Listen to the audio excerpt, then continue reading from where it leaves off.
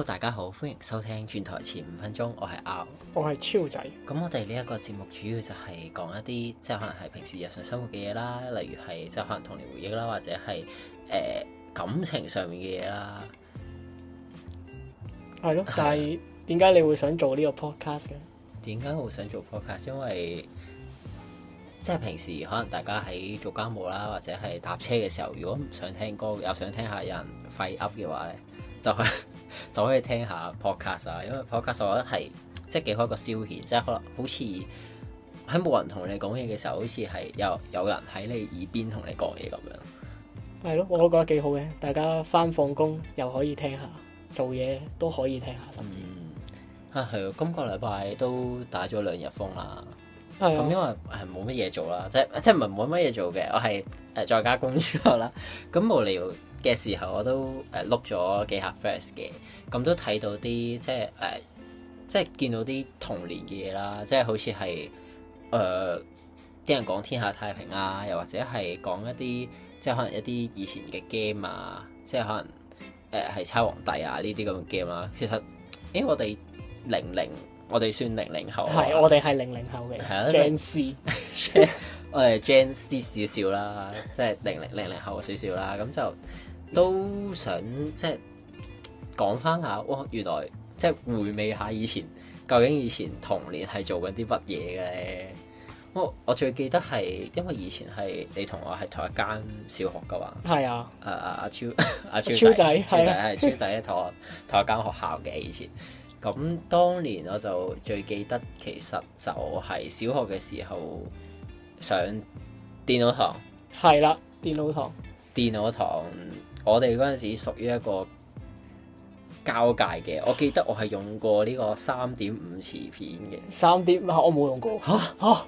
你咁老嘅咩？呢個嚇！哇！我覺得的確係一個交界嚟嘅。我覺得呢個我哋00後咧，即係比較早啲嘅00後啦，咁就係一個好特別嘅交界，因為咧喺我成長嘅時候咧，首先未有智能電話呢啲啦，甚至係個人電腦都未係好興嘅。我記得直到係4年班咁上下啦，咁就開始有個人電腦啦。咁嗰陣時我媽都買咗一部俾我啦。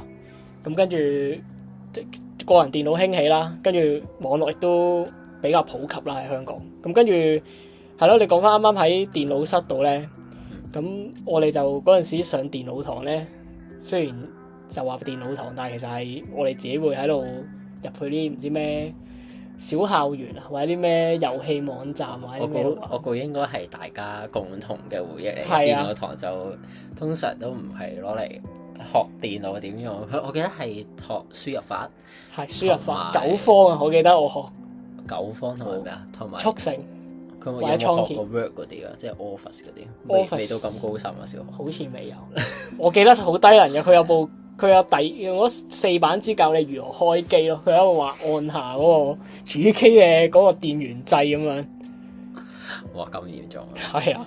不過我最記得就係嗰陣時滑鼠都係有分2種嘅，一種就係頭一種啦，就係嗰個有個波嘅滑鼠啦。係。我唔知大家有冇見過啦。嗰個應該係比較古早嘅嘢嚟嘅，跟住仲有另一隻就係用紅外線嘅。咁紅外線嗰個係即係我記得我哋係上到可能小3定小4嘅時候轉噶嘛。係啊，我都記得係一開頭係碌波嚟，仲有得拆咗出嚟咧，跟住喺度碌咁出嚟玩。係啊，我淨係記得嗰陣時轉紅外線啦，第一次，跟住之後咧個老師叫我哋喐下個滑鼠啦。跟住我係成個滑鼠舉起咗，照住老師咯，將我遞。係啊，好百厭啊！嗰陣時同學咧紅外線會照嚟照去。係啊，但係最記得就係即係除咗滑鼠之外啦，就係 online 嘅 game 啊，即係嗰陣時玩得好，真係好勁啊嘛！大家都即係玩咩賽爾號啊，賽爾號真係經典。係啊，摩爾莊園，我記得有一排一開頭係興賽爾號先嘅，跟住就嗰陣時我咁啱都有入第一部個人電腦啦，咁我就註冊個賬號嚟玩，跟住就喺個晏晝嚟嘅，跟住玩咗幾個鐘，喺度捉好似第一隻叫皮皮啊。但係你唔會喺電腦堂玩？電腦堂會玩，但係入翻自己 account 咯會。跟住我仲記得小息嘅時候，我會專登帶個同學過去 show 俾佢睇，話我初二號。小息都要去電腦室？係小息都去電腦室。可以去嘅咩？我記得可以。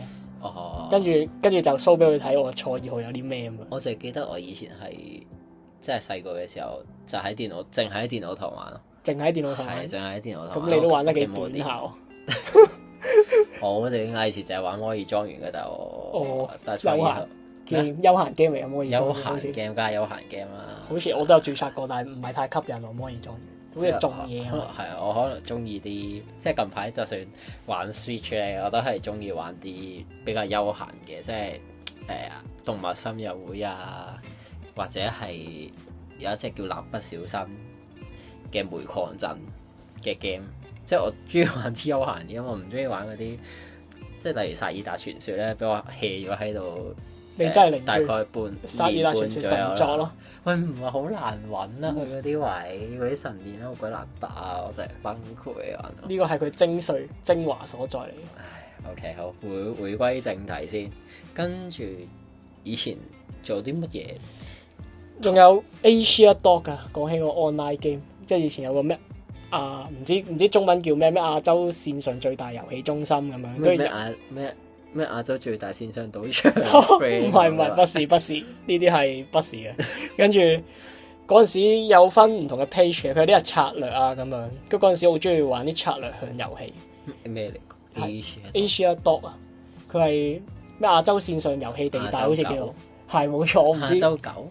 係我 friend 無啦啦推介我去嚟我屋企咧，跟住佢話我哋呢個網站好多 game 玩，即係有啲似7K 或者4399咁樣。佢係有一個遊戲嘅一個集合嘅網站。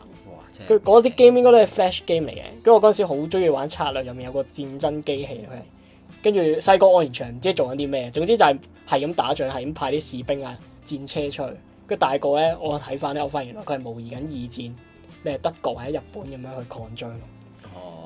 即係都係一啲冇教育意義嘅廢機，係唔係咩？策略去咯，可以訓練你點諗嘢。即係都我覺得 game 嚟嘅嗰個係，跟住仲有另一個係模擬的士佬啊，即係我係揸的士咯，就係喺美國嘅紐約度。跟住哇，呢個好耐㗎，呢個好耐，呢個你都有玩過？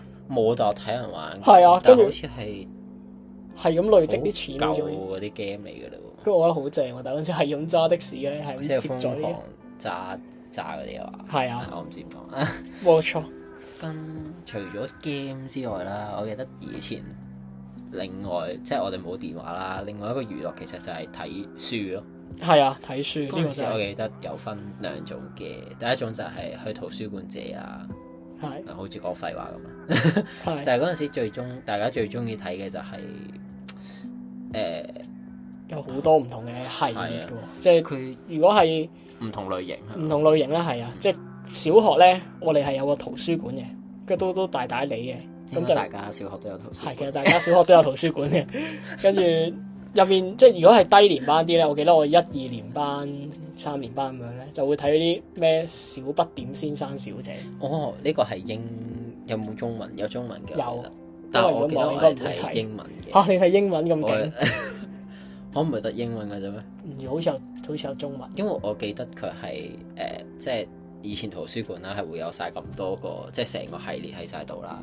咁佢就會將每一個書背就排翻整齊啦。咁其實書背嗰邊咧就會係每一個嗰一集嘅主角嘅小不點先生同埋小姐。咁之後佢就會你拼埋一齊咧，就會係一個 big picture，係佢哋企埋一齊拖手咁樣咯。哦，好似係。但係我記得以前好似硬係唔知點解去圖書館睇咧，硬係有幾集都係俾人借咗，跟住中間就掹走咗幾個咧。係冇錯。嗰啲強迫症患者咧搞到好唔舒服。係啊。同以前其實仲有另一個系列，即係我記得以前係咪你借俾我睇過咧？我借俾你睇。冒險小虎隊咧。喂，冒險小虎隊有呢個係我應該高年級啲，應該5、6年班嘅時候睇嘅。係啊，係啊，我記得唔知邊個俾我睇嘅。我係有買到嘅，我亦都有機會借俾你睇嘅。嚇！依家冇，唔係，但係我話嗰陣時啊，因為嗰本嘢係童年陰影嚟㗎。嚇，咁誇張？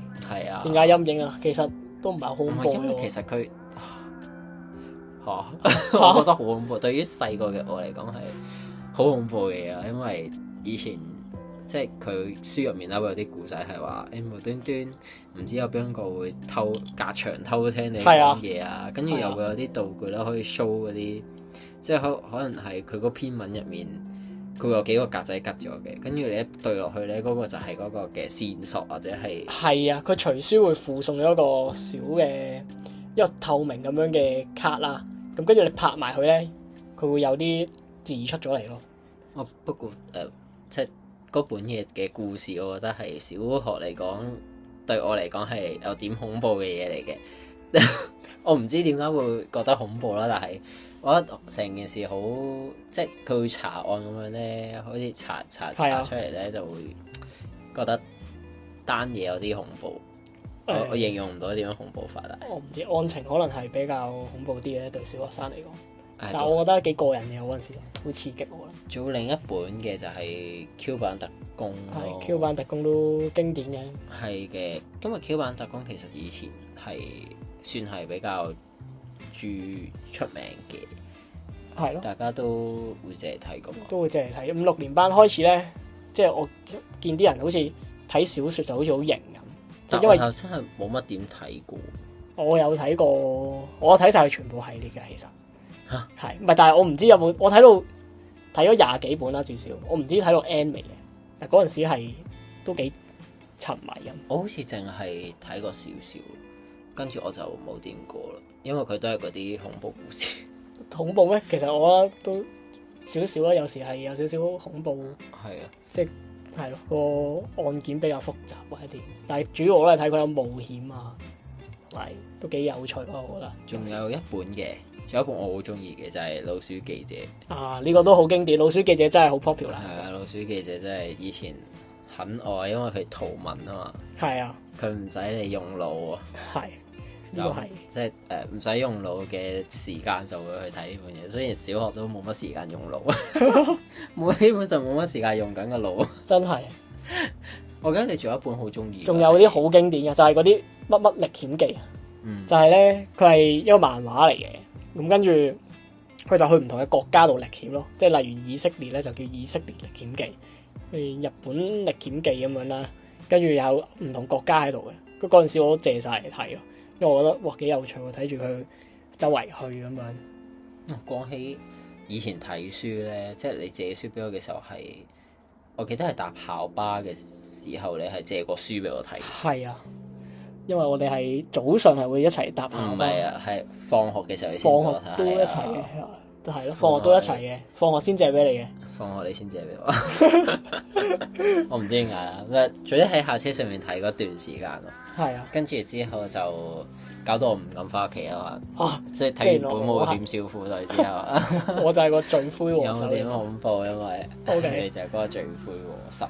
係幾分嘅，其實。我以前都有本雜誌都即係免費派嘅雜誌都出名。我知你想講咩啦？係小荔枝，係冇錯。係呢個真係我覺得幾好，因為嗰陣時咧冇而家呢啲電腦啊、手機嗰啲咧，即係有啲稍為有色彩、有顏色嘅一啲漫畫書咧，已經係好吸引啲細路噶啦。跟住有時其實係政府嘅出嘅一個刊物嚟嘅，應該係。跟住佢就會定時，可能3個月，唔知隔幾耐就會派一次冇啦。2個禮拜嚇咁密嘅咩？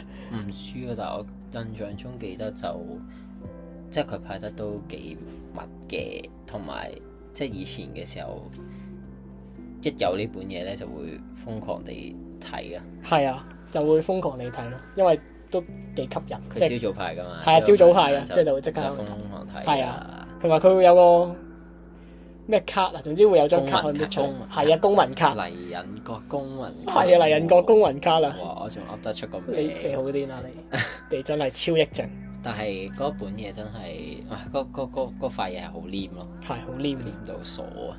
因為佢要黐住個書啊。不過我記得，即係講到以前細個小學，好似都有發生過啲好荒誕嘢。我唔記得係咪真㗎，即係可能係我發夢到，定係真實發生。好似話有隻雀仔係衝咗入課室入面。我冇呢個印象。跟住咧發生咩事啊？大家就好驚啦。係啊。但係點解我覺得好似好佢點樣衝啊？係好大隻嘅雀仔啊？唔知喎，麻雀啩。OK，我唔知我發夢見到定真係小學嘅事，已經分唔清咯。係啊，哇，講到好老咁咧，但係我隱約記得係好似真實發生過嘅，最後唔記得咗係點樣噶啦。我哋唔同班啦，所以我唔係好有印象。我哋係高方係唔同班嘛，係小低方係都唔同班好似。係，所以我哋係其實好似原來冇同班嘅，但係都識到大家。最好笑係嗰陣時點樣識翻嚟咧？就係、我 send 咗俾個同班嘅小學同學，我問佢究竟你有冇呢個人嘅 contact 啊？跟住之後佢即係佢冇問我叫咩名，即係我都唔記得叫咩名啦。你係，但係你點問我啊？咩點問你？你唔知我叫咩名，你點？我問嗰個人，我話你記唔記得以前有個好 friend 嘅，同我好 friend 嘅，跟住之後仲衰啦你，你嘅男仔，跟住之後佢就 send 咗你個 IG 俾我咯。嚇，咁佢係都幾好記憶力喎，佢記埋你好 friend 嘅嗰個男仔。可能佢都有超憶症嘅。哇，好掂！但係嗰陣時總之佢 send 完俾我就即刻 DM 咗你啦。OK，唔係呢個係我哋再之後相識翻嘅。哇，講到嗰啲咩愛情故事咁啊，大哥。唔係，因為我哋小學完咗咧就斷開冇聯絡嘅。係啊，中學完咗。係，跟住唔同班啊嘛，點會有聯絡？係啊，冇錯。有冇電話嗰陣時？係啊，得屋企電話。真係。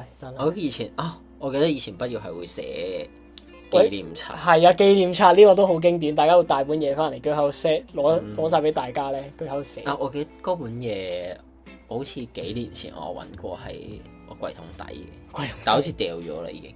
so sad， 都係個幾有趣回憶嘅。睇翻嗰陣時睇你寫嗰啲低能嘢，上面好似有啲好分嘢噶嘛，即係除咗寫咩血型有冇咧？血型有㗎，佢有呢啲啊。咩屋企地址啦，電話咩最喜歡的人啊，或者啲咩哇！係啊，佢好似問呢啲問題嘅會。跟住仲有啲咩㗎？咩最喜歡食物啊、星座啊？我覺得仲有啲好奇怪嘅問題。係有啲好奇怪嘅問題，但我唔係好記得係咩。總之我以前我記得我有嗰本嘢嘅，跟住之後好似，但係最後我好似寫我嗰本嘢嘅人好似得2-3個。好 sad 喎呢句，嗰本嘢好大本好多，你基本上派晒俾成班咁樣喎。我呢啲邊緣人，我啲由細到大都係啲I仔嚟嘅，啲自閉仔。我都係 I 仔，係。但係聽聞你以前好中意周圍玩嘅喎，即係小息嘅時候。唔係啊，我係沒有喎。啲老師話係比較靜喎。哇！喺老師面前扮晒，仲唔係你咁嘅人？不是，仲唔係你咁嘅人？不是，你唔係成日小息落去？係會同啲男仔玩，有好多遊戲啊！我哋小息嘅時候。咪就係咯，仲話自己嗨仔。唔係，佢玩嗰啲係唔需要咩社交喎，即係一嚟猜皇帝啦，我哋會玩。即係以前咧，我哋小學有鋪好大嘅樹，咁下面就有啲凳嘅。好似每一間小學都會有一鋪好大嘅樹。係咪咧？我唔知。唔知，好似每間學校都好似每間學校都會有樹，都會種樹啊。係，冇錯。唔係我講。跟住坐喺啲凳度咧，就會玩猜皇帝，咩就即係包剪揼嘅啫。贏咗我就做皇帝咯，但係會有咩左右護法咁樣咧，所以其實你係要連續猜贏3個，跟住你就可以做皇帝啦。佢做完皇帝之後咧，有個好處就係你可以揀你嘅左右護法。佢通常啲人就會知嘅時候即刻衝出嚟，喂，揀我咁樣。笑死！係啊，好多人啊，冇錯。跟住除咗呢隻 game 之外咧，我覺得有隻 game 係幾好玩嘅，就係街霸叫。我唔知係咪邊個發明定係點啦。總之就係街霸係Street Fighter 啊嗰隻 game。其實係啊，我唔知佢哋係咪喺嗰度攞翻嚟，但係其實真係 Street Fighter 嗰隻 game 係 real time，大家喺度踢啊咁樣噶嘛。佢嗰隻 game 咧就係回合制遊戲嚟嘅，咁就大家一齊手拍住手咁樣，跟住拍完之後咧就會做動作噶啦。跟住你可以揀儲氣，亦都可以揀攻擊，跟住有啲好鬼死低能嘅名啊！嗰陣時有啲咩？例如霸王拳，跟住有高級版黃金霸王拳，跟住係好騎啊！而家諗翻，係啊，仲有㗎，仲有個咩 You Are Fire，跟住佢係可以揀打一個或者打晒全部人咯。跟住仲有唔同嘅擋咯，即係個手勢唔同咧，就可以擋唔同嘅嘢咁樣。哦，仲有咩穿心箭？係，跟住有黃金穿心箭，係高級版就係。係啊，你儲多啲氣。嚇！係啊。我即係有相對嘅付出嘅，係啦，有相對付出嘅，要儲咗氣先有得攻擊。但係嗰陣時係圍住嚟玩，圍住嚟玩，一大班人一齊玩，其實係好有趣。係拍住手啦，唔係拖住嘅，你唔好咁樣形容。拖住手青春，我冇玩過。你冇玩過？我冇玩。你真係好嗌喎。係啊，唔係因為佢哋嗰陣時係多人到係成班男仔，基本上小息就去玩。應該成班男仔得翻我係唔玩嘅好啦嘛。G。因為我以前係真係坐喺課室做功課，啲 friend 翻到屋企唔使做啊！哇，你都幾識諗喎！我嗰陣時完全冇諗過呢個。翻到屋企溫書，唉！哇，太 sad 啦！呢個童年太悲慘啊！都唔會嘅都。OK。因為我記得以前小息嘅時候有樣好分嘅，即係有個女同學係好中意分享零食嘅。冇錯。係我完全有記憶㗎，即係可唔可以話中意分享咧？你咁樣講咧，即係佢話佢會帶好啲零食翻嚟嘅，佢應該屋企人都幾錫佢，會帶啲薯片，但係佢帶嗰啲零食咧，好有錢，可能應該都幾有錢嘅。哇！如果呢集出咗，會唔會俾人起我哋底？冇啊！係佢睇落好有錢，係睇落好有錢啦。跟住因為佢會帶好多零食，佢會帶啲零食咧係啲薯片啊，嗰啲香口嘢，咁啲細路係勁中意。咁於是一攞出嚟咧。基本上大家就會爭住行去一齊入佢個袋度一齊攞啊！因為我哋以前小學係冇小賣部嘅。係啊，我哋冇小賣部。我哋連熟食都冇嘅，即係每日都淨係嗌嗰啲營養咩活力午餐真係唔好再提。哇！嗰啲菜咧，嗰啲脆肉瓜咧，搞到啲細都唔敢再食脆肉瓜。真係臭到咧倒汗水，哇！係啊！哇！而家諗翻都打開個盒都想嘔啊！狗也不啊，其實真係。係啊，狗也不吃，係啊，真係搞不掂。咁總之當時個個都衝過去分享佢啲零食。係啊，所以佢係被分享噶。咁可能好願意咧。我唔知佢。佢睇個新，好衰。我睇佢都應該。我知你講咩啊？相識嘅。即係分享為樂啊嘛，係咪先？雖然我都係食過一兩次啫。O.K. 我都唔係食好多，其實，因為通常同有啲人咧擺完入口咧，佢又將擺完入口嘅手指又伸入去攞咧，我覺得有啲污糟咁樣，所以係啊，我係麻麻地嘅。哇！即係佢，哇！好慘啊！係啊，死啦！我唔會食，唔淨係食咗嗰啲人口水嘅人咧，唔出奇，我會話係啊。Oh my god！冇錯。另外即係我。頭先講睇 Flash 啦，其實我睇翻見到啲人係講天下太平咯。哇，係天下太平應該依家嘅細路仔有冇玩過咧？唔知。可能都有玩嘅，不過我真係唔知，因為佢哋而家太多誘惑啦，即係佢哋已經太刺激啦，即係睇嗰啲影片啊，或者打機啊。咩影片咁刺激啊？唔知啊，啲短嘅影片咯。你講咩？我冇啊，刺激啫嘛，冇話咩㗎。咩刺激？即係我意思係對佢哋嚟講比較刺激，即係天下太平咧，可能已經係好悶喎，啲嘢唔知咩嚟。咁都係嘅，係對於嗰陣時因為依家上堂應該都有 tablet 嗰啲㗎啦嘛，即係 iPad 啊，咁我哋上堂都係偷睇片，其實都幾正。係。不過我哋以前就係喺度偷玩遊戲咯，上堂嘅時候，即係以前會喺個台上面畫天下太平啦。即係喺自己嗰邊就畫，即係天下太平係點玩嘅咧？總之就係畫四格啦，跟住寫天下太平，跟住之後咧每一個回合就猜包剪揼。係啦，即係贏咗嗰個就可以畫自己畫啲嘢咧，可以畫防護罩啦，可以畫武器啦。跟住上面有3支旗噶嘛。係啊。佢人哋打死3支旗就再炒埋你嘅天下太平，你就輸，即係7條命。係啦，有7條命嘅。跟住其實我諗嗰陣時咧，即係贏咗咧，跟住啲人就會好低人咁畫到好大嚿啊！佢話呢個宇宙無敵超級戰艦咁樣，但係其實佢都淨係可以你一個咯。係啊，你都淨係可以攻擊一個咯。慳一條命。係啊，都係慳一條命嚟㗎咋，所以幾搞笑嘅。但係以前係會上堂嘅時候玩，即係即係可能上下堂就要拍前面個膊頭，呢個快啲畫啊！喂，到你啦，你嘅 turn 啦，係啊，咁樣，跟住之後就會偷偷地瘋狂地喺度玩。冇錯。幾有趣嘅。有當然有啦。我最中意就係有時個老師唔知點解冇翻咧，有個代課老師入嚟，佢話大家做自己嘢定唔知咩咧。最中意就係嗰陣時候一齊瘋狂玩啲 game 啊，即係天下太平係其中一個。瘋狂玩 game。係啊，仲有啲咩？做啲咩啊？做啲咩可以課室玩？佢可以嗱有隻 game 咧，就係大家將啲手指拍埋，跟住將兩隻尾指伸埋出嚟先。哦。跟住大家喺度打大家，呢個有少少暴力嘅。跟住咧，但係你個好大動作，我上堂玩唔到喎。但係個老師有時睇唔到咧，我哋就喺台底下面喺度咁樣玩。唔係，因為呢個係代課先會玩嘅呢啲大動作。咁個代課老師都幾仁慈。係啊，可能佢睇到班底唔到。我唔知啦，可能都有俾人喝止過嘅。啲曳學生。係，因為童年回憶係呢就係其中一隻童年回憶。仲話自己乖學生。我冇話係。一秒俾我揭露咗。我冇話係乖學生。老師面前扮乖。不是。我記得嗰陣時，小學嘅時候咧有上過台嘅。上過台。玩遊戲。唔係你贏獎嗰個嚟。哦，係啊，就係有隻百萬富翁嘅遊戲。跟住係，我覺得個小學老師佢係圖書科老師，好有心嘅。佢又整咗個百萬富翁啦，所以大家可能未聽過百萬富翁陳啟泰。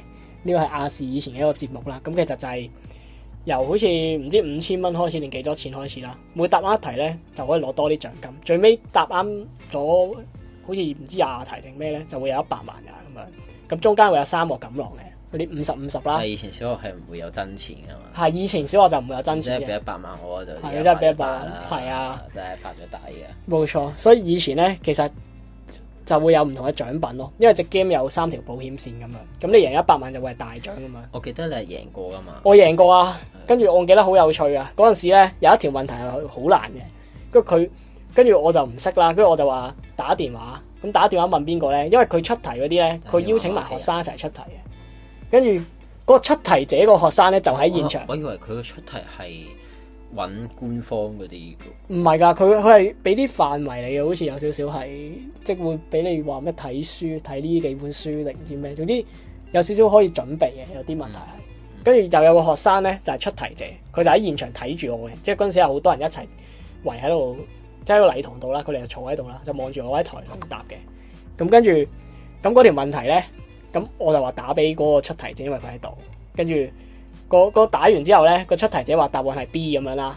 跟住我又話 B 啦。跟住個老師咧就即刻出嚟喝止，即係唔好喝止，即係話唔係，叫個答案咧係 C。但係因為出題者正常係知道個答案噶嘛，跟住個老師就話咧個出題者個答案係錯噶，所以佢就幫你改咗。自己出題嘅時候冇 fact check 個答案係咪真嘅，係啦，就亂咁嚟。係啦，跟住個老師就話因為咧。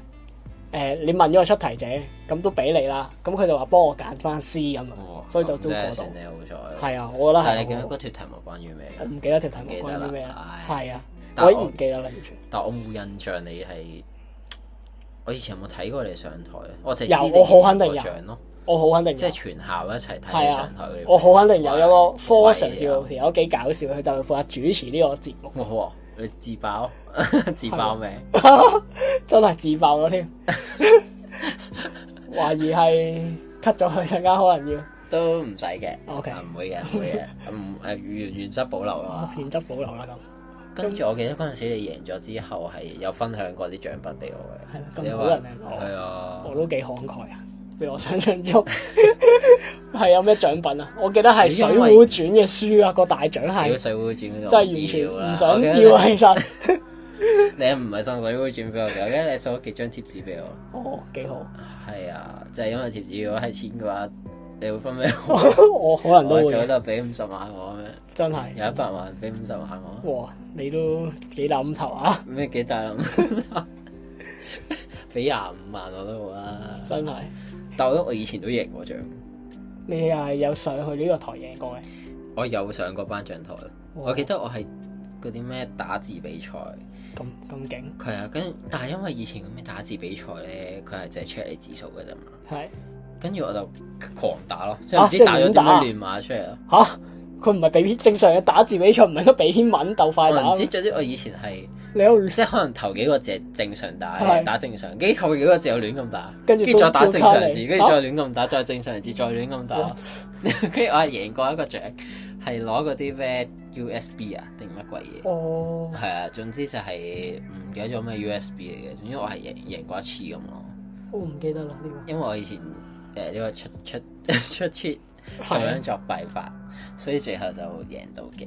OK， 幾好幾好。但係講到細個，其實即係以前細個真係 board game 都算玩得多咯。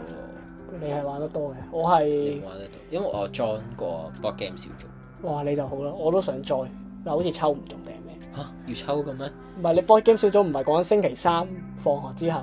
係啊，我唔知嗰個哇！你記得咁清楚？我好記得，因為嗰個係幾好玩嘅，我覺得，即係佢係啲老師會帶唔同嘅活動，即係例如咧摺紙咁樣，跟住有個係教我摺咩世界上飛得最耐嘅紙飛機咁。我記得啦，係咪星期三嘅課外活動？係啊，課外活動。因為課外活動我上過一個勁昂嘅嘢啦。請講。佢就係上堂跳咩 head and shoulder 嘅舞。